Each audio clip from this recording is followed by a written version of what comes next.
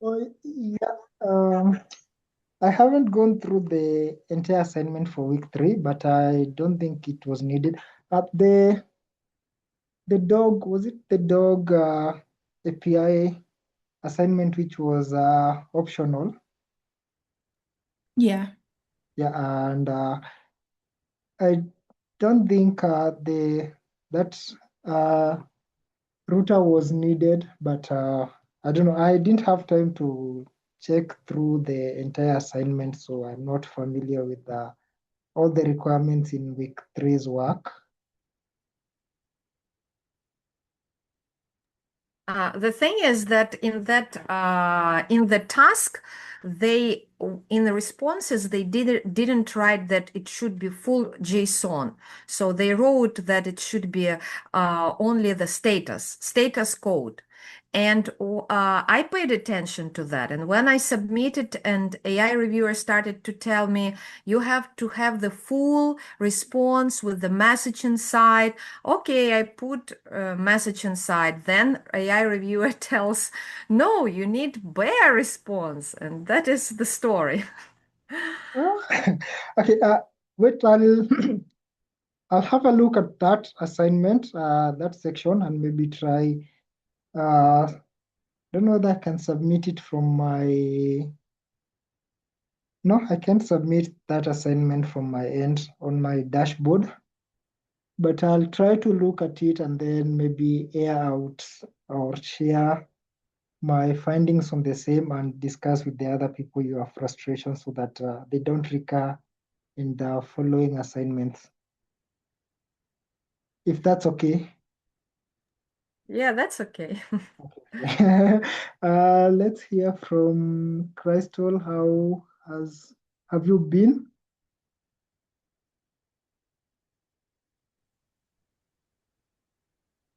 Hello, Crystal. I don't know whether you can hear me.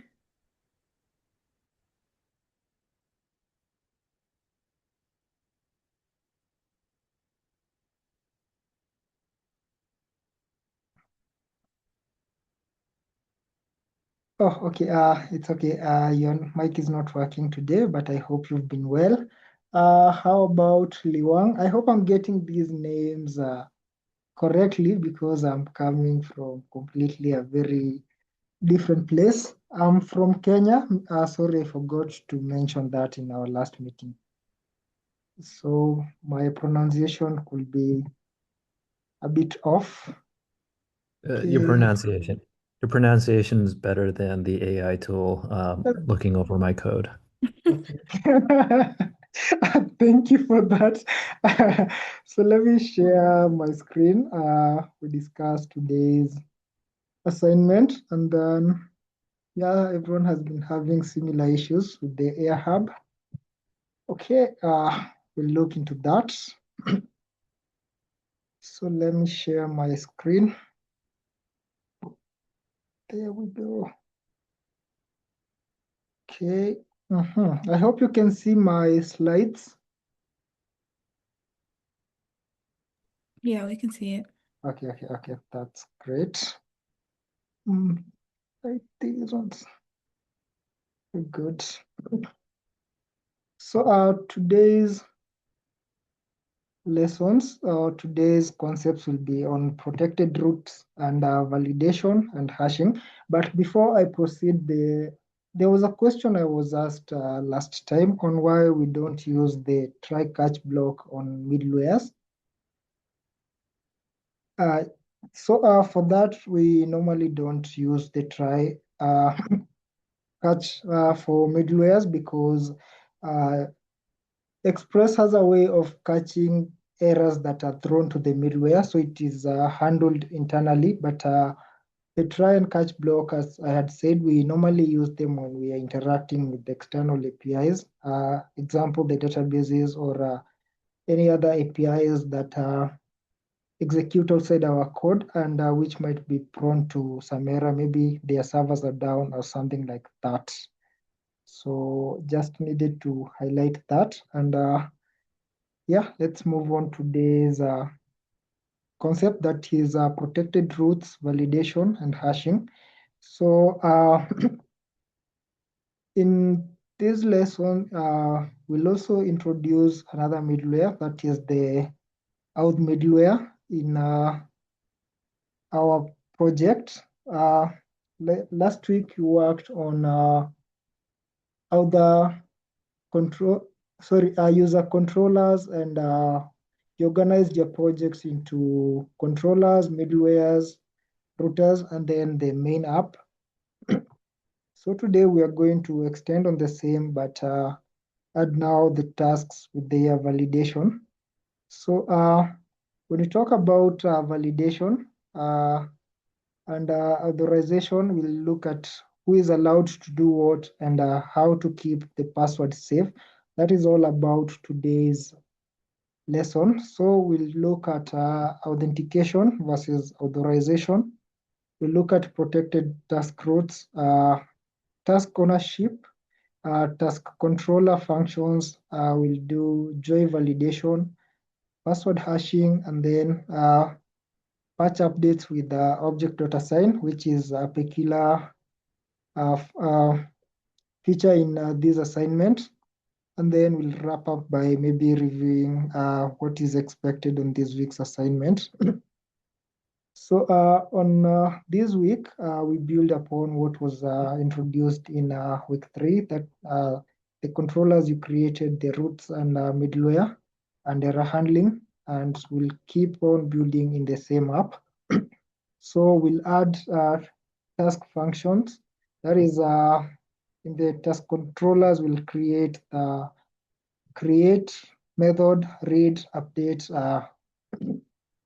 and delete routes. And then we look at protected task routes. We look at how we check ownership and ensuring that a user accesses only tasks that belong to them, or they modify the tasks that belong to them.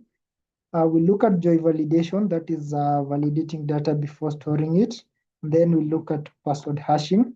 We are going still to work on the memory storage we used. That is the global.users. We'll have global.tasks and global.user ID, which we initially set it to null. So, note that this is just a temporary storage. We'll discuss a production level storage management in database from next week. So let's talk about authentication versus authorization. Maybe someone could give a guess or distinguish the two, just a random person. Anyone who wants to give it a try?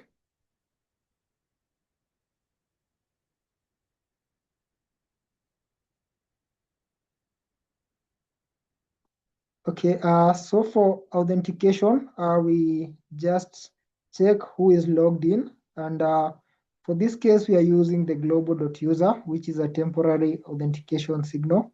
If it holds a user object, then someone is logged in. If not, someone is not logged in. We look at these Auth middleware, where we check if not global.user ID, then we return the message of unauthorized. So that is authentication. We just look if someone is logged in, and then for authorization, we look at is this person who is logged in allowed to access certain resources. These are key concepts when it comes to cybersecurity or network security in general, and they build upon some principles we have a least privilege principle, where we give a user only access to resources that they need to conduct their tasks. For example, look at an e-commerce store, or let's say a blogging application or whatever, where we have in the e-commerce store, we have the admin or the shop owner, and then we have a customer. The customer are only allowed to access resources where they can access the cart, the checkout, and the products, while this shop owner has access to functionalities such as creating the products, deleting products, and updating products, etc. So, and then just highlighting on that the global.user ID is scaffold and not production ready. We'll notice that it is shared by the whole server, so we cannot have multiple users being logged in at the same time. It also represents one logged in user at a time, and it resets when the server restarts, and it does not prove which browser client made the request. So just a note here, you may see this idea called logged on user in many applications or many texts. And this is just a general example of the global.logged in user. And then we'll also introduce more routes into this, in which we need to grant user access to these functionalities for creating or editing a task. And in your previous assignment, you created the public user routes, that is the register, log on, and log off. We'll look at how we use the authentication middleware to these routes for creating, getting tasks, or reading, deleting, or updating. So we've seen the auth middleware just as the normal body as the ones we discussed last week. For example, this one, we are exporting an unnamed function here with the three parameters: the request, the next, and the response object. And here we are checking if not global.userid, we return the message with the status of 4.1, that is unauthorized. And as always, we said we should always call next in all our middlewares. And we also saw that failure to call these, our app will hang until it times out. And also note that this return here matters, because if the middleware sends a 4.1 response, it should not also continue to the controller without return, both the res.json and next could run. So to avoid this, we must call the return just to tell the function if the middleware returns the 4.1, it should exit.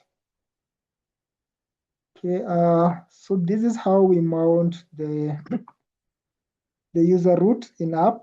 So we first have to declare it in our app with the require, and then we have defined our task routes, and so we need to call it in the app.use and then attach the middleware after our root.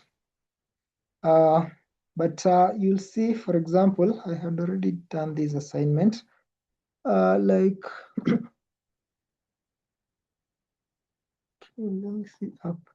So for example, if we had this, the way we just called the app.use express.json, and you just called your app.use and then called the auth middleware. This one now makes all your routes that comes after this middleware, because we said order matters. So all the routes that come before this middleware will be protected, and users will not be able to log in. So we need also to keep in mind the order of the middleware and how we use them. So this is what I've explained here below. So do not put this middleware in front of every route. If you do, users will need to be logged in before they could register or log on, which now does not make sense at all. So also one thing we need to highlight is how we validate or check who owns certain tasks. And you'll see in your sorry, save this. Let me just create a new file here just to explain some of the things, because I had already done this. So you'll see that when you're creating the task, we'll be passing the user ID as the user email. So, and then we need to check that the user who is trying to access certain task is the actual owner of the task, because by just checking if by just checking if the task ID has the same ID, it will return all the tasks with the same ID. Let's say we have 5 users and each user has five five tasks or more, and maybe we pass in our task and then we're checking for an ID of 1. Let's say our ID was 1, so it will return all the tasks with the ID 1 regardless of who owns them. And that's why this second check is important. The one that checks if task.userid is equals to global.user id.email. So that checks, does this task belong to the logged on user instead of just returning all the tasks with that ID. And then also one other thing we need to check is that we do not need to send the user ID back to the client when returning these tasks, either created task or from our show method or from the index method. We need to sanitize the task and only send the title, task ID, and the is completed without the user ID, and we'll destructure the task. Yes, we'll destructure the task and just send this sanitized sanitized task in our response object. And you need to know that this does not delete user ID from the task. It just removes it or leaves it out of the response body. We'll talk about the task controller functions. We have 5 functions. We have create, we have the index, we have the show, we have the update, and the delete task functions. And then before that, we need to assign a unique ID to each task, and we'll be using this closure to increment the ID. And before, if you remember in your React class, you talked about these parameters that we sent through our requests to the database or to our APIs. And you remember that they are normally in a string format, so we need to convert them into the int format, so that because we are storing our task here as integers, so we need to convert this request into an integer so that we can find or we can work with them easily. So we are just going to walk through these 5 methods, and after that I'll skip that, talk about validation, and then we maybe do them as we explain. So let me skip to the validation. These are checks that we do before we store our data, and this could be maybe to prevent storing unwanted data or unwanted data format, or maybe to check length.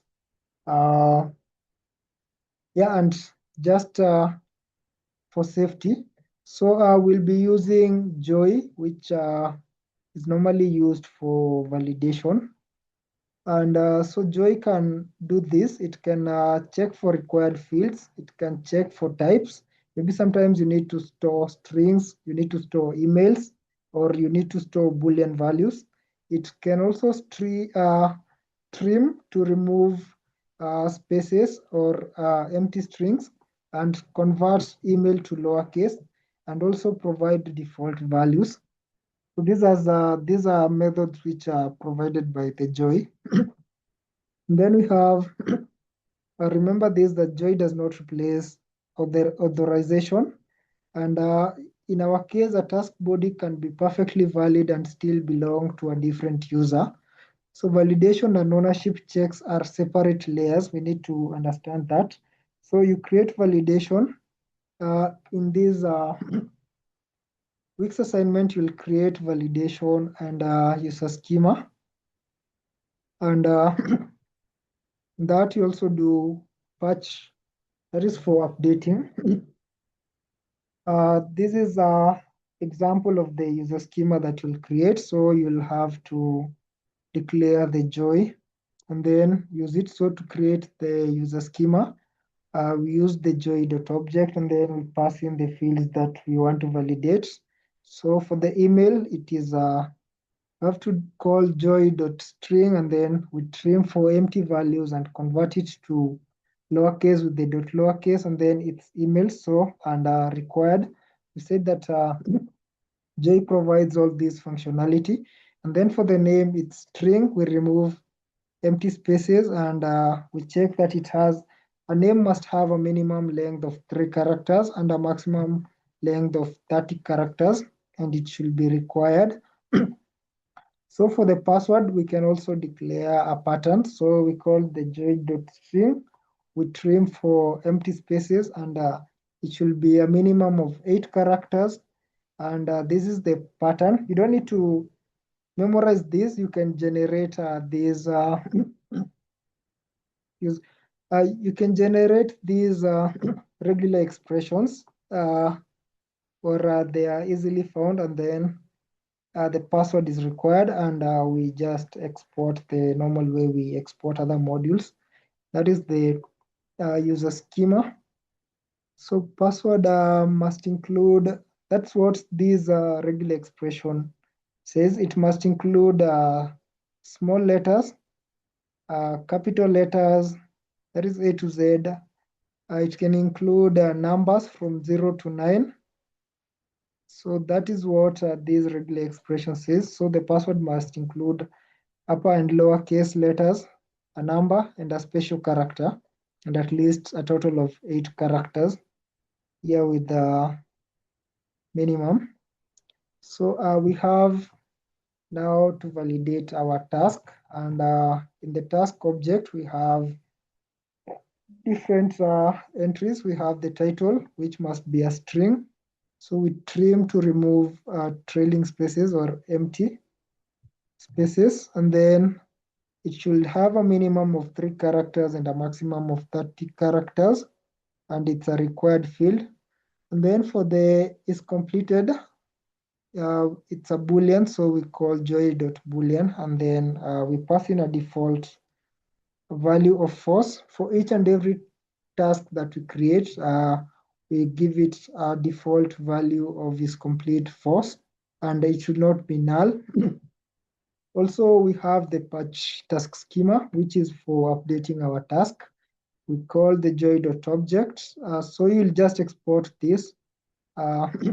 So title, it is a string. We have we trim trailing or spaces or empty strings, and then it should have a minimum of 3 characters, a maximum of 30 characters, and it should not be null.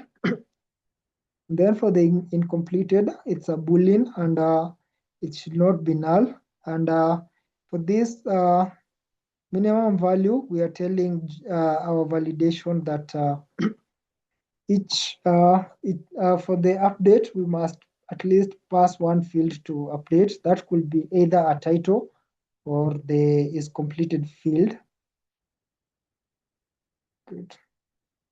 So we have how we use the validation. We use the error and value. So first we'll import our user schema and our patch task schema and our task schema in our controllers. And then we call the const error value, assign it to schema.validate. We are validating the request body. And this now tells it if we hit an error, the abort early false. If we hit an error, instead of exiting, it continues to throw the error so that the user can understand what went wrong. And here we are checking if it throws an error, we return the message with error.message. That is it will tell the user which value failed or which validation failed. And then to access the request object, instead of now using the rec.body, we'll be using value.email, value.name, value.password from here. Example, and if it's for the task schema, we'll be using value.title and value.isCompleted. So just a note here, value, you'll use this, not the raw rec.body. So Joy may trim lowercase or default fields. Those cleaned values live inside the value object.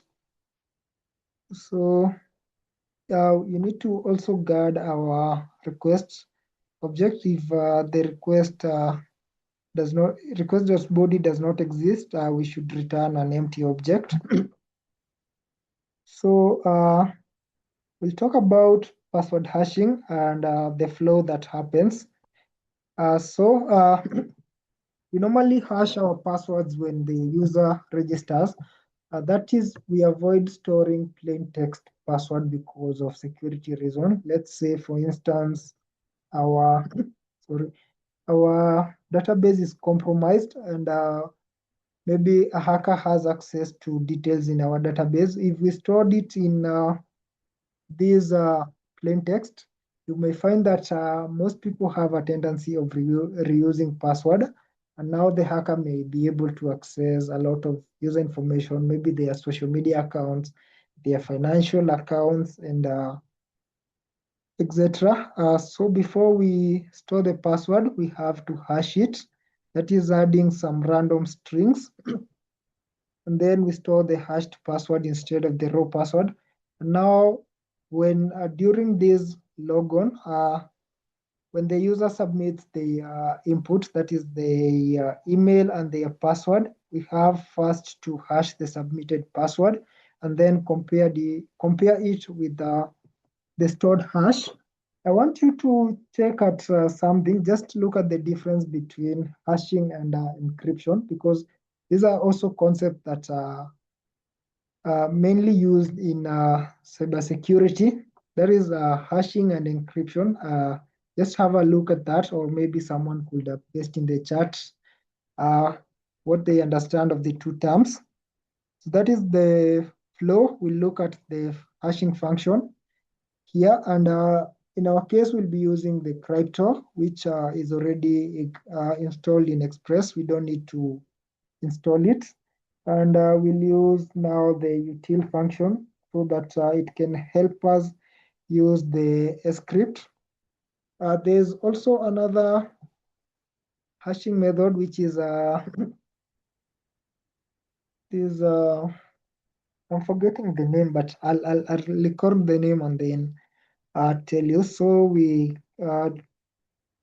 use the script for hashing, and we declare our sync function hash password. We pass in an argument of the password which we want to hash, and we generate a salt. Also look at what a salt means in this. Someone to paste it on the chat. I'll read it aloud.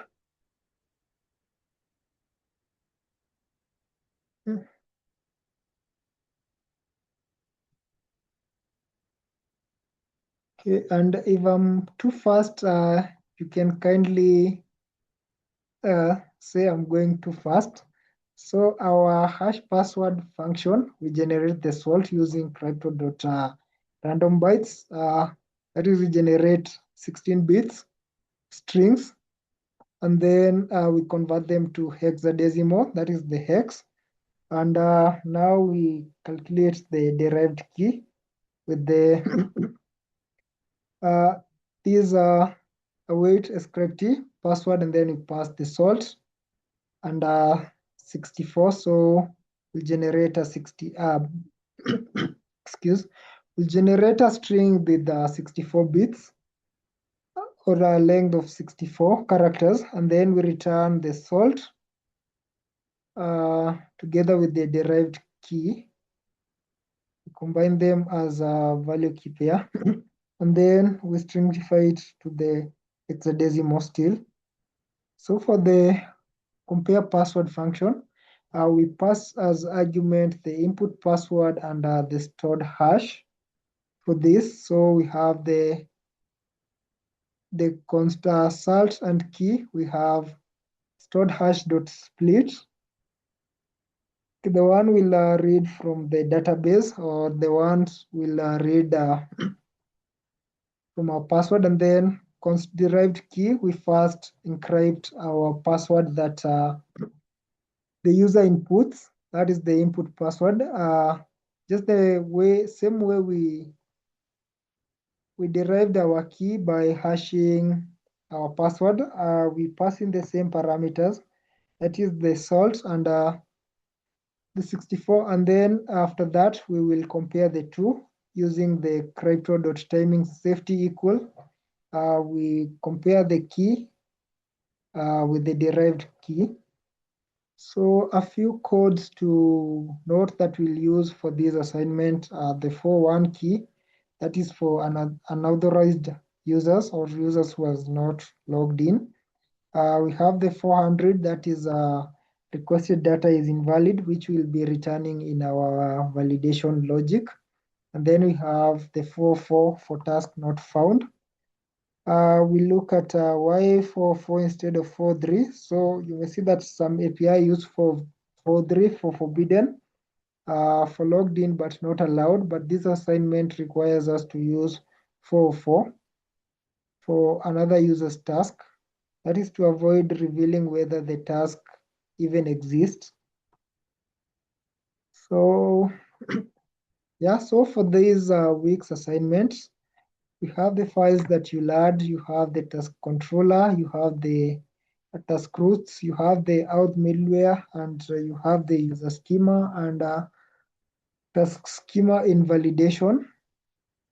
Yeah, so maybe let me check whether there are questions before we try to explain this as we write the functions. Let's see two. Yeah, salt is a random value used to generate another hashed value. Okay, it looks like yeah, it looks like encryption is a two-way process that protects data confidentiality, while hashing ensures data integrity and also is also or way process or one-way process, that is hashing. And so hashing can't be reversed while encryption can be reversed.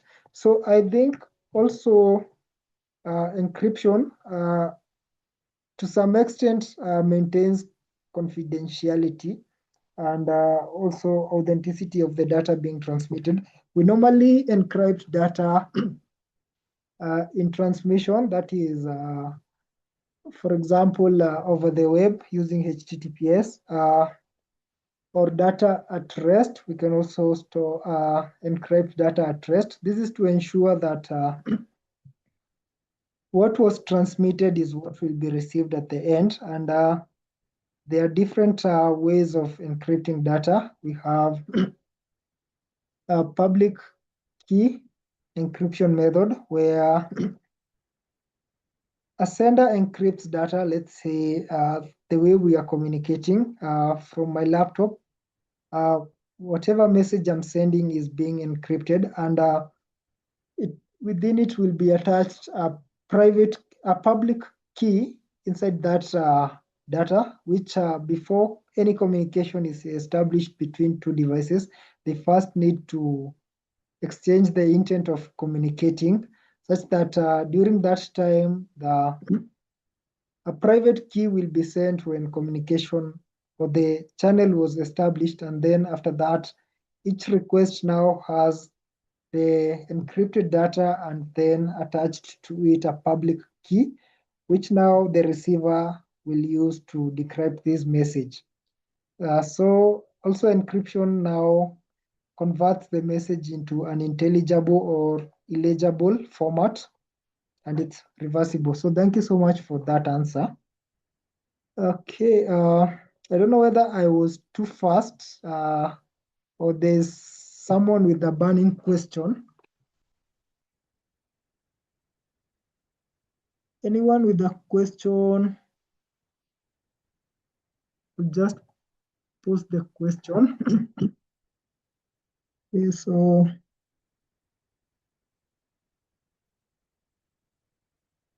let me see. I had already done this, but I can undo it. But for the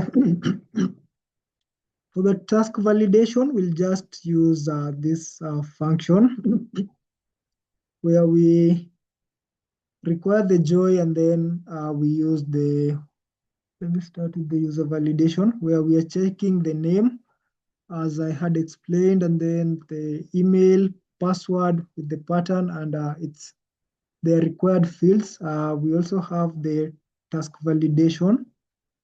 I want to explain them in task controller. We'll be calling them. So we first define our hash password method with the assign function hash password. We pass in the argument of password and just generate the salt as we have discussed. We also create the derived key with the password and the salts, and also return the same. And in the compare password, we'll pass in the input password and stored hash, which so we first derive the two, that is the stored hash. So we do the const salt and key. We have stored hash dot split. Remember the way we were returning our derived key, we have the salt and the derived key. So when we split the two, where we have the semicolon, we'll get these two separate values. So, and then we return the crypto.timing safe, timing safe equal from the buffer, that is these 64-bit random strings we generated. We extract the key in hex form, and we compare it with the derived key, the one we just generated. In the same way we encrypt, or we hash our password. Sorry, I'm confusing the two terms here. So we will call these two functions in the register user. So here we have this. I defined my functions, sorry, using the arrow functions. So yeah, I was validating the body. If the body was not wrong, instead of returning an empty string, I was returning this for error, showing bad request. But the assignment just requires us to just return this empty object. And then we said we'll call our user schema, that is we exported it from the validation, user validation. So we call it, and the way we use it is using the const error value is equals to this, and we are checking the rec.body about early false. Excuse. So if error, we return this response of 400 and the message. Excuse. Excuse, having some cold. And then after that, if we proceed using the errors, the value, but first we need to check if our user already exists during this logging in. And if a user exists, first filter through the global.user objects to find whether the user exists. And if a user exists, we'll return a 404 with a message saying that this user already exists. And then if not that, we first hash the password by calling this const hashed password is equals to await hash password value.password. We said we'll be using the value.password value dot name and maybe all the objects all the fields that we require. We just use the value instead of rec.body dot, let's say, password maybe. So we'll be using these values. So here we hash the password. So await hash password value.password and maybe, yeah, so that, and then we have new user, we pass in the name, value.name, the email, value.email, hashed password ID. No, sorry, hashed password, we pass in the hash password. I'm using the snake case here. We'll see this as it's normally the case in database when we talk about Postgres in lesson 5. And then we push the global.user push new user, and we need to set each and every time you need to set the global.user ID to the new user, not the new user.email, just the new user. That is important, and remember that to avoid errors in your assignment. And so we need to sanitize this. We destructure the new user. That is, we extract the password and sanitized user and return this in res.object. So we'll have the sanitized user, which will not return the user ID. For the hashed password, sorry, this one we check for hashed password. This is how we use this in our we use validation under the hash password in our user controller. So you'll make these changes to your controllers. Then we proceed to, yeah, you have the other functionality for log off or log on, sorry, where we'll compare the password before we log in. So first we check if a user exists in the database with the global.users.find with that arrow function. Here we are checking whether we need a unique field to check this. So we are checking with the email and checking whether the rec.body.email matches our user.email, and if not, user will return a message with the user not found. That is, if the user is not found in the database. Then we need to compare our password. We defined our hash password methods, so we call them. So we have the first, we need to fetch the hashed password that we stored in our user object. So with the hashed password is equals to user.hashed password. And then we need to declare another variable for password match. So we'll await compare password, rec.body.password under the hashed password. And if not password match, this will just return a boolean of true or false. So if the value is false, we return and the response object with the status of 41, and we return the message of invalid user, invalid email or password, instead of just telling this person it's just the email that exists. We just tell them that both could be invalid, so that if this person was just guessing, they may think that maybe the user does not exist in our database. And then after after the password matches, we now need to set global.user ID to our user.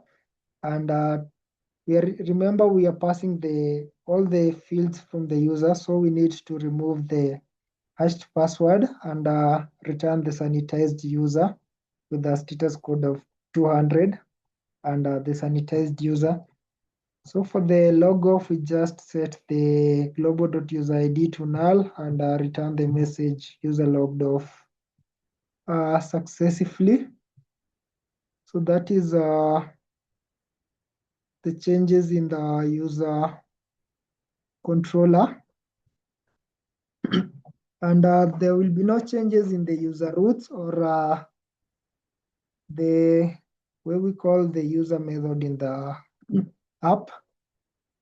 So let's have a quick walkthrough on our. I have a Yeah, sure. I have Okay. I have a question. Okay. Can you go back to log on? Okay, log on. Mhm. Yeah, here. Yeah.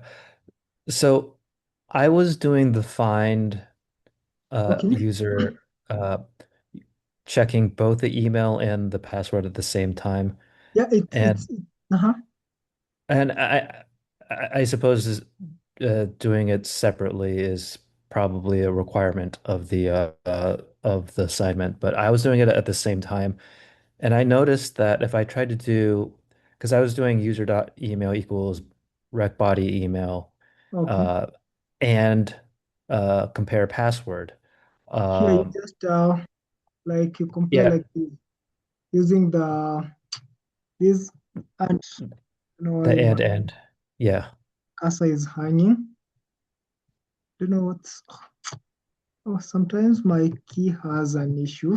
So you yeah, just use the user dot here is a hash password. You are comparing this at the same time. yeah. And th this is mostly a question about like using the async await Huh? syntax. Okay. Um, like even though my compare password is an async function, Okay. when I did user email equals body email and Mhm. I can't use await in Yeah, the you can't second. use a weight here. So the best method, or you see the way you could have just first compared your password or just declared it above before you access it. Let's say you could have just done const. Let me just repeat this const hashed password.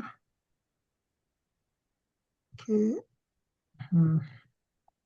Is equals to you need to call the await first. So await uh, hash password.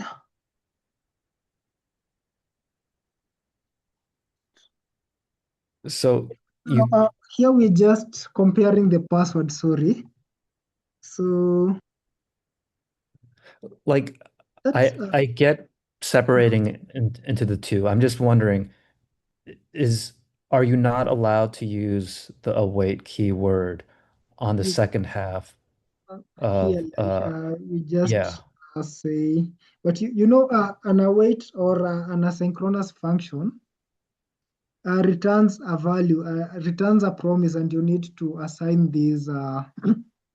You need to assign this value to a variable before you can access it. So Okay. that's why, like for example, you're seeing here, I'm assigning this compare password that because this now compare password method returns either a true or a false.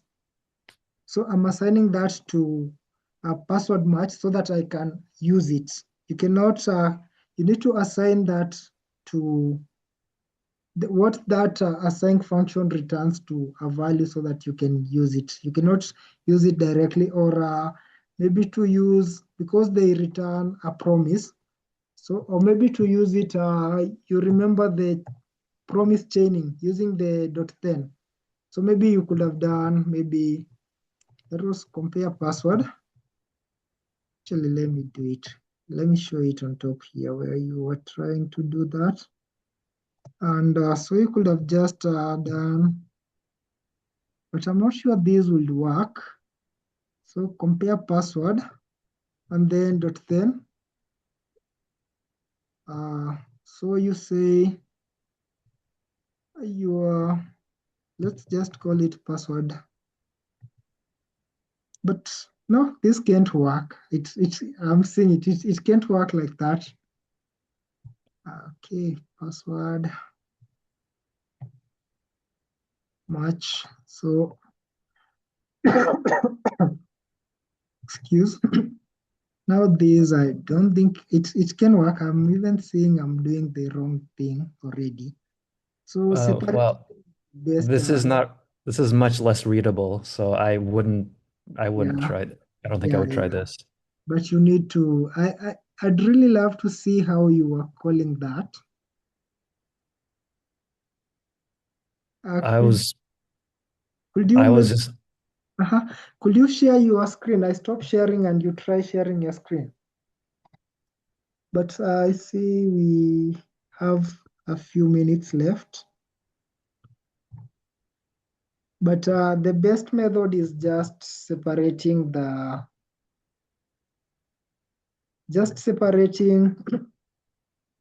concerns that way. You can't compare them directly unless you want to compare them. No, there's no way because you first need to call that compare password and then compare them directly. Or you hash the password first and compare the two, whether they match. I don't know whether I'm making any sense. yeah, yeah. Yeah, so just separating the two will be okay. And you also need to remember that the await or these asynchronous functions returns a promise. So you need to assign that to a value. All right, thank you. Yeah, yeah, okay. So I don't know whether there is another question before I look at the other part of task controllers. The logo is okay.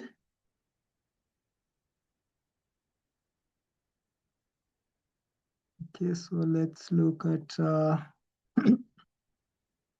so for the task controller, I did this in advance so that I could take time explaining or taking you through the code so that it will be easy while you're doing it.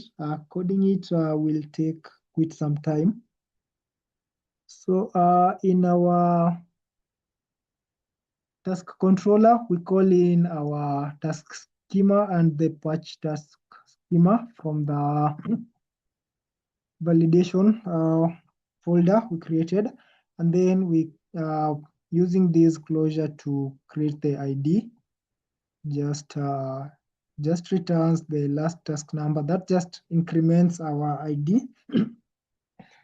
Also in the create method, we said we'll be validating the request object, and if it's null, we return an empty object, and we call the error value, and then validate the rec.body with about early equals to true, and if error, we return the status code 400 with the error details. So for a task, we'll have the const task is equals to task ID. We call our task counter method, and then the title value dot title is completed value dot is completed, and the user ID. Remember, we said we'll be passing the global dot user ID dot email, because you remember we assigned our global our user ID, or the yeah, this user ID, we assigned it the user we created, not just the email, but here we just passed the email as the as our user ID. So we do the global.push, global.task.push the task, and then we need to return a sanitized task. That is how we extract the user ID and then return the sanitized task. So yeah, that's that. The validation, we only call it for the create task method and update. So let me take you through the update. Task first, we have here, where's the, okay. Yeah, we have the update task. So here we call that patch task schema and rec.body. So if error, we return the 41 with the error.details. Is it 41 really, or 400 for invalid request? Let me just counter check that. I think it's the 400 for, yeah, it's the 400, not the 41 for invalid request. Okay, with the error.details and then the const task. Remember, we'll pass the ID and convert it into an integer. And first we check whether the task exists. We find the task. Okay, so for the, you are trying to do something like this for the logon method, which is a bit tricky because you had to call the function, but here we just compare them directly. So here we are checking whether the task ID is equals to the task ID that we sanitized here.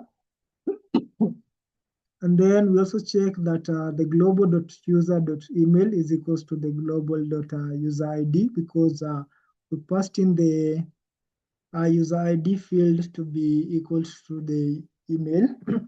And then we use object.assign. Also, this is something I needed to highlight. We use object.assign to avoid mutating this directly.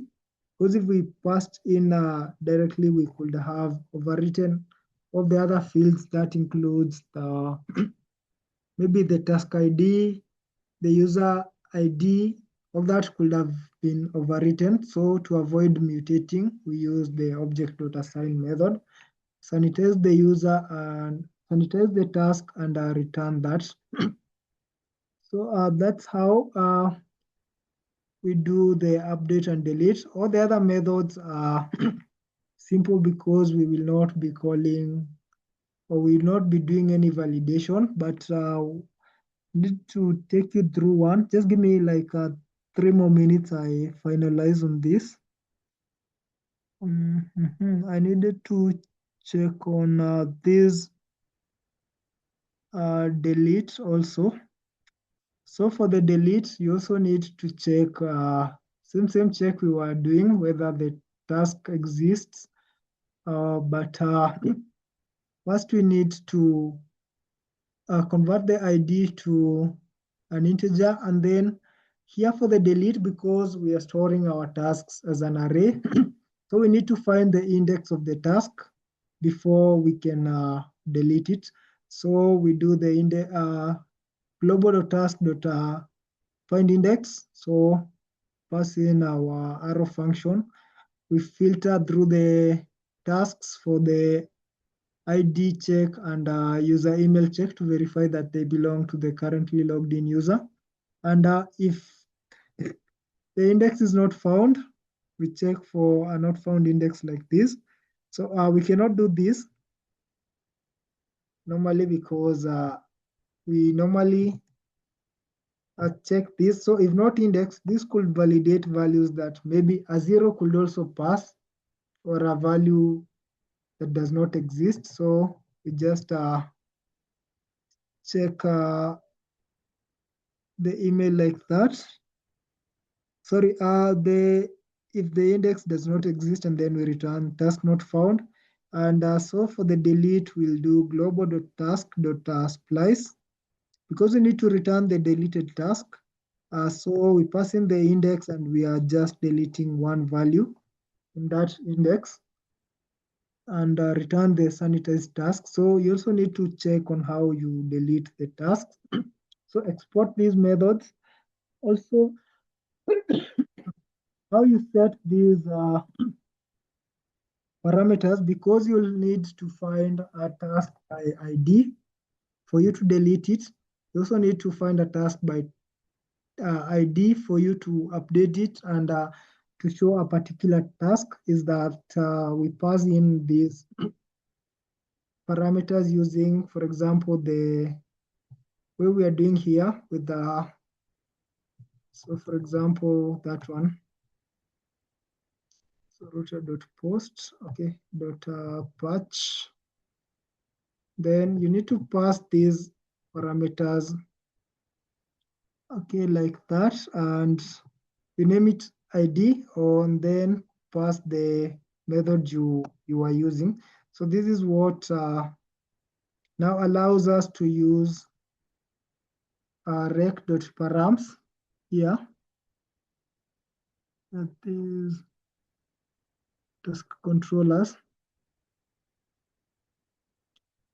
Yeah, because we are passing the rec.params.id, so that is the one that allows us to set these parameters. Okay, I think I've discussed most of the concepts that I wanted to highlight for this week's lesson, unless there is a question.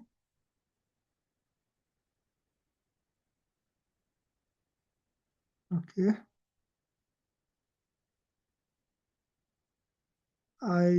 If there are no question, I think I'll end this session at that.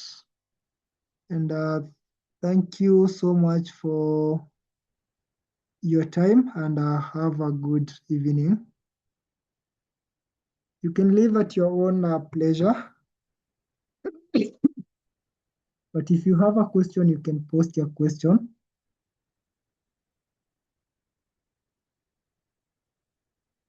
Okay, thank you. Thank you. Let's stop the share.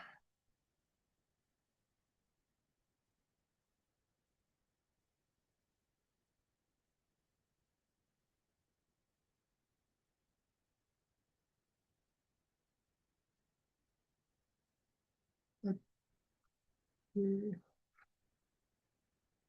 Thank you, everyone. Bye bye. Have a nice evening.